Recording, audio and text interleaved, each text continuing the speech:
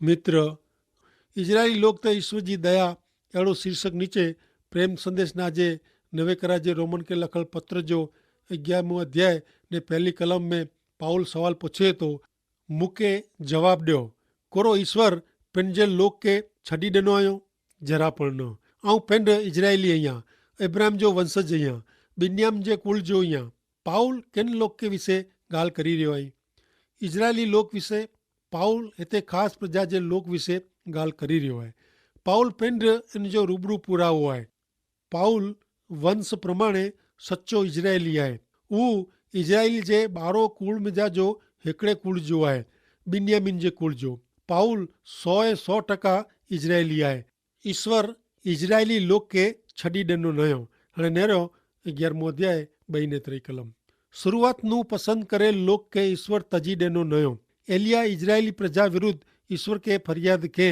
ने इन प्रसंग में शास्त्र कोरो चेतो ऊ अई जाणो था हे प्रभु ही लोक आंजे संदेश वाहक के मारी वेदो आयो आंजी यज्ञ विधि के जोरी वेदो आयो ने एकलो आऊं ज बाकी रह्यो अहियां ऊ मुझो पण जीव गनेला प्रयत्न कईए था हिते पाउल दृष्टांत देनेला जोको जुने समय जे एलिया जी गाल करे तो ने एलिया जो दृष्टांत बरोबर है एलिया ईश्वर जे पक्षे उभो हो बाल ना जे काल्पनिक देव जा 450 प्रबोधक सामे ने एलिया ईश्वर वटे फरियाद करे तो कि प्रभु आऊं साव एकलो थई वियो अहियां एकलो आऊं ज बाकी रह्यो अहियां ईश्वर एलिया के चेता कि जरा थदक रख तू मने तो कि तू एकलो अहिए पण तू एकलो नहीं है चौथी कलम ईश्वर इनके कहिड़ो जवाब ॾिनो खोटे देव बाल वटे पंहिंजा घूंटण कॾहिं नमाए न आहे अहिड़े 7,000 माण्हू के आऊं मूला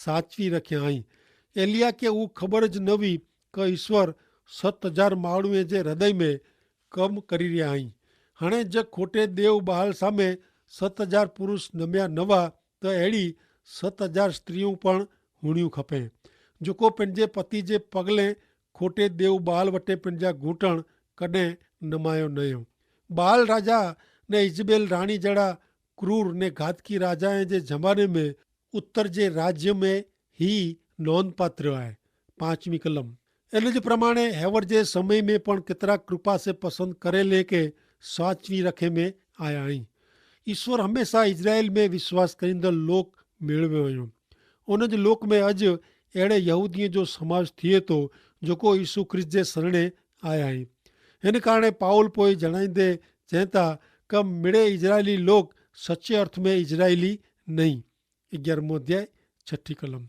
ईश्वर जी पसंदगी प्रमाणे ईश्वर जी पसंदगी कृपा से थई है ने कम से नाई थई जो ईश्वर जी करेली पसंदगी मानवी कम प्रमाणे थई वे तो उन जी कृपा ऊ कृपा ज चवाजे न बे शब्द में चो तो ईश्वर जी कृपा ने मानवी जा कम ऊ बॉय हिकड़े बेनू अलग अलग बाबत है ऊ हिकड़े बेनू साव विरुद्ध में आई हेवर मुक्ति मेळवेल थोड़ा लोग पंहिंजी लायकात से न क पंहिंजे पुण्य कर्म सत्कर्म जे कारणे न पण ईश्वर जी कृपा से मुक्ति पामे आई एफएसी 2 अध्याय 8 ने 9 में चोखे चोखो जणाईए था क फक्त ईश्वर जी कृपा से ज विश्वास मार्फते आंजो उद्धार थयेलो आहे ऊ आसे नाए बन्यो पण ईश्वर ऊ क्यों आयो तेला इनमें कीअं वॾाई करे जो न आहे कारण ऊ आंजे कम जो प्रयत्न जो परिणाम न आहे रोमन जे पत्र जा लेखक प्रसिद्ध पाउल इन जे समय नू ज वर्तमान पीढ़ी जे लोक ला ही ॻाल्हि लिखियो हुयो इनमें ईश्वर जो भावी हेतु ज़ाहिर थिए थो ने ही ॻाल्हि यीशु ख्रिस्त जे शरणे अचींदड़ लोक साथे संबंध धराईंदी हुई पर लोग जेको यीशु ख्रिस्त जे शरणे अचनि नथा लोग जेको यीशु ख्रिस्त जो स्वीकार कईं नथा उन जो कोरो थींदो भले हाणे अहिड़े इजरायली लोक जा हृदय वधु कठण बने था अहिड़ा लोग आध्यात्मिक रीते वधु ने वधु अंध बने था 7वीं कलम में संत पाउल इजरायल प्रजा विषय चवनि था कि हाणे समझणो कोरो ऊ जेक इजरायल प्रजा जंहिंजी शोध में वी ऊ इनके मिलियो न आहे ईश्वर पसंद करेल थोड़े के ज ऊ मिलियो आहे ईश्वर जे आमंत्रण विषय बाकी जा मेड़े बोड़ा बन्या आहिनि कोरो ही लोग आत्मिक रीते अंध बन्या हुआ तंहिं लाइ उहो यीशु ख्रिस्त जे शरणे अचे जो चुकी विया ऊ समझणो ज़रूरी आहे कि हिन बाबति में हू निष्फल विया। तंहिं उन जा हृदय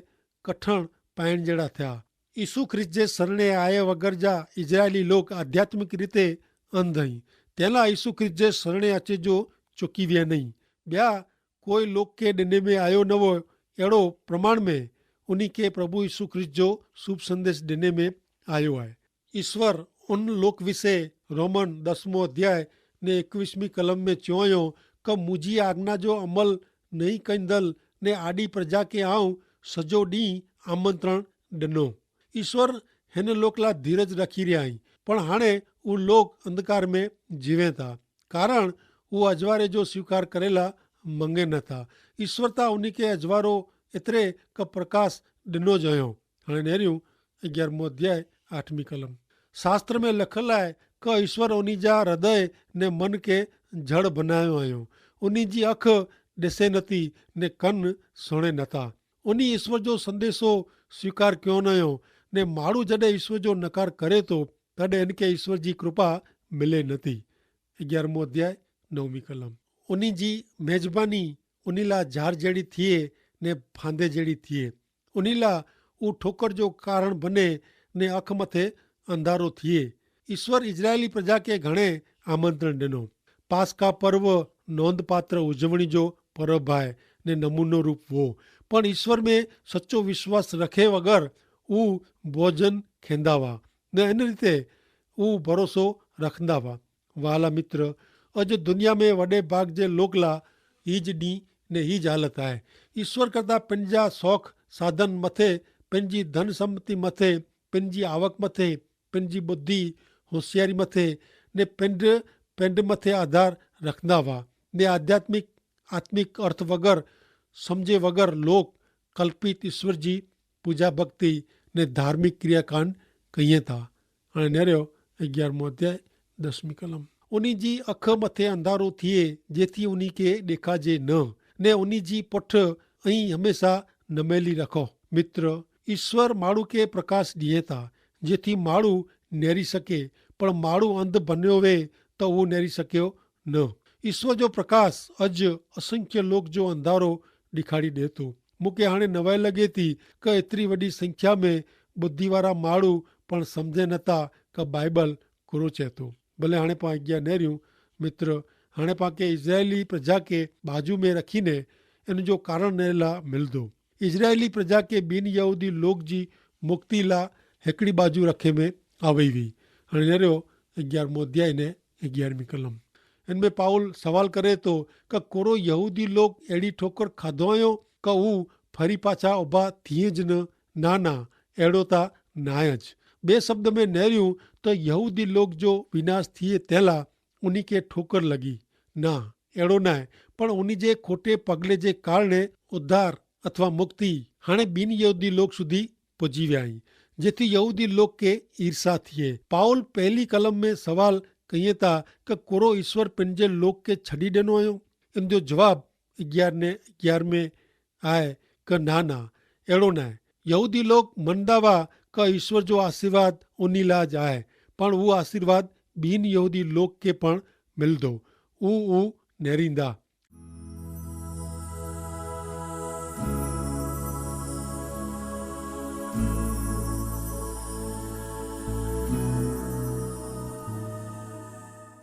हाणे नेरियो रोमन जो 11 अध्याय ने 12 कलम। उन जे नाश से ॿिनि यहूदीअ जो उद्धार शक्य बनियो आहे, जेथी करी यहूदी लोक में ईर्षा थिए। उन जे विनाश जे कारणे दुनिया के आशीष मिले आई। हेवर ईश्वर इजरायली लोक साथे हिकिड़ी प्रजा तरीके कम पार पाड़ी रहिया नहीं। वर्तमान समय में इजरायल प्रजा के बाजू में रखे में आवई आहे। ईश्वर जॾहिं यहूदी प्रजा साथे कम पार पाड़े जो शुरू करींदा तॾहिं यहूदी प्रजा के कोई मुश्किली रहंदी न। राजकीय मुश्किली पण हल थी वेंदी, कारण ईश्वर घणे चोखो चयो कि हरेक माण्हू शांति ने सलामती में रहंदो। ईश्वर जी यहूदी ए में जा लोक जे पंहिंजा लोक थेला बुलाए रहिया आहिनि, तीअं ईश्वर ॿिनि यहूदी में जा पण लोक के पंहिंजा लोक थेला बुलाए रहिया आहिनि।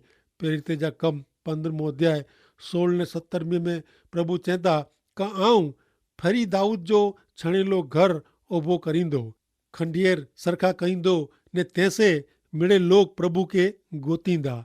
जंहिंखे आऊं मुंहिंजा पंहिंजा थियल आमंत्रण ॾिनो आहे अहिड़ा मिड़े ॿिन यहूदी लोग पण गोतींदा। मित्र, आऊं मञा थो क लोक में ईश्वर वटे वरे जी समझ क इच्छा यीशु ख्रिस्त जी मंडली आकाश में चुकाई वेंदी तंहिं पोइ अचींदी।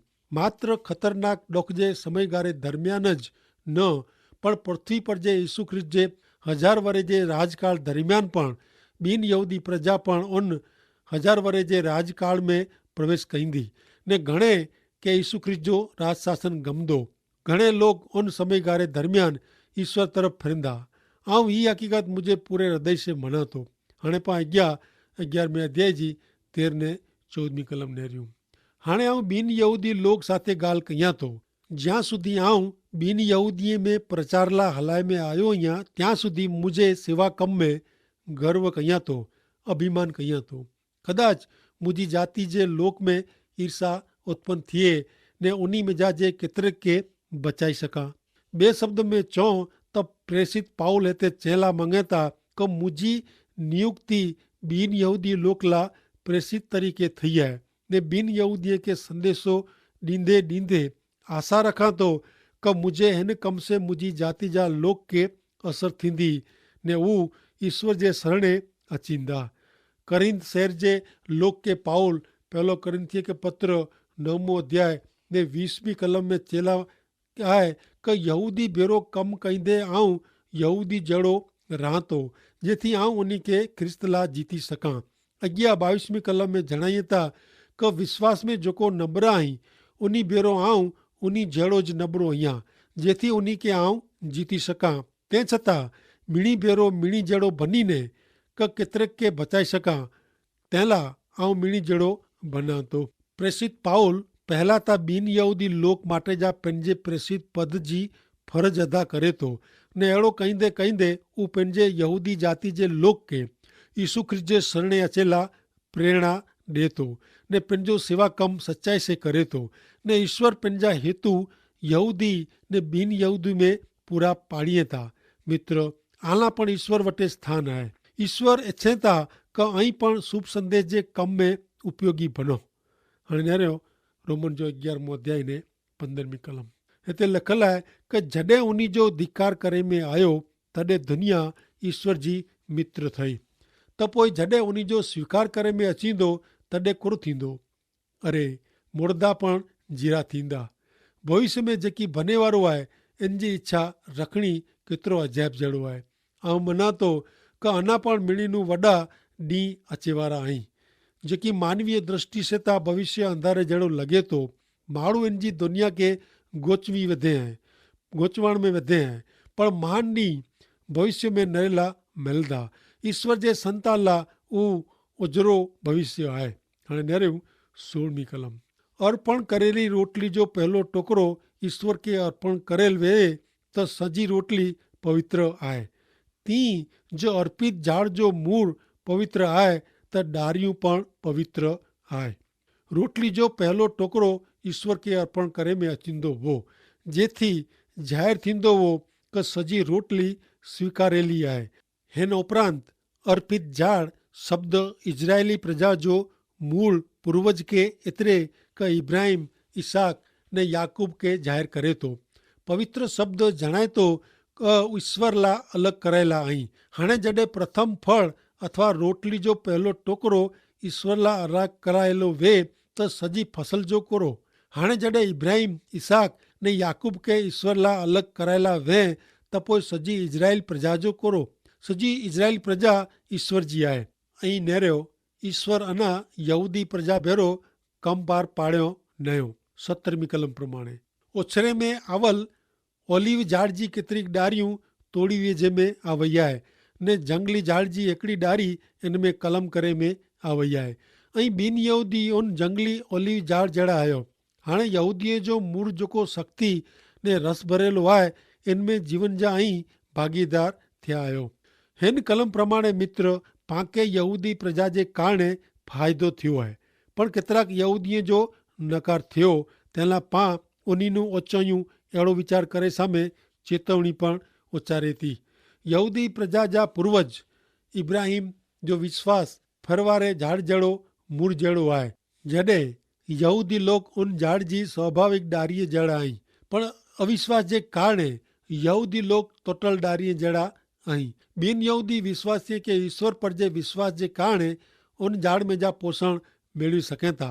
ने ॿोए में जा कोई पण पंहिंजे वंश ते संस्कृति मथे पंहिंजी मुक्ति लाइ दुष्कर्म जे बंधन में जा पाप जी शिक्षा में जा पंहिंजे छुटकारे लाइ आधार रखी सघे न। हाणे अॻियां रहियो 11वें अध्याय जी 18 ने 19वीं कलम। जेके डारी वारी जी तोड़ी वेझे में आया आहीं उन्ही खे तो थी तिरस्कार करी सघाजे न। तूं कन रीते अभिमान करी सघे। तूं त फक्त डारी आहीं, मूળ तो ते आधार रखे नथो, पण तूं मूળ ते आधारित आहीं। पण तोखे अहिड़ो वीचार अचे मुंहिंजी कलम करेला डारियूं कपी वेझे में આવી हुई। अगाऊ पाण नेरियो थी मित्र ओलिव झाड़ इजरायली प्रजा के यहूदी प्रजा के ॾिने में आवल उपमा आहे।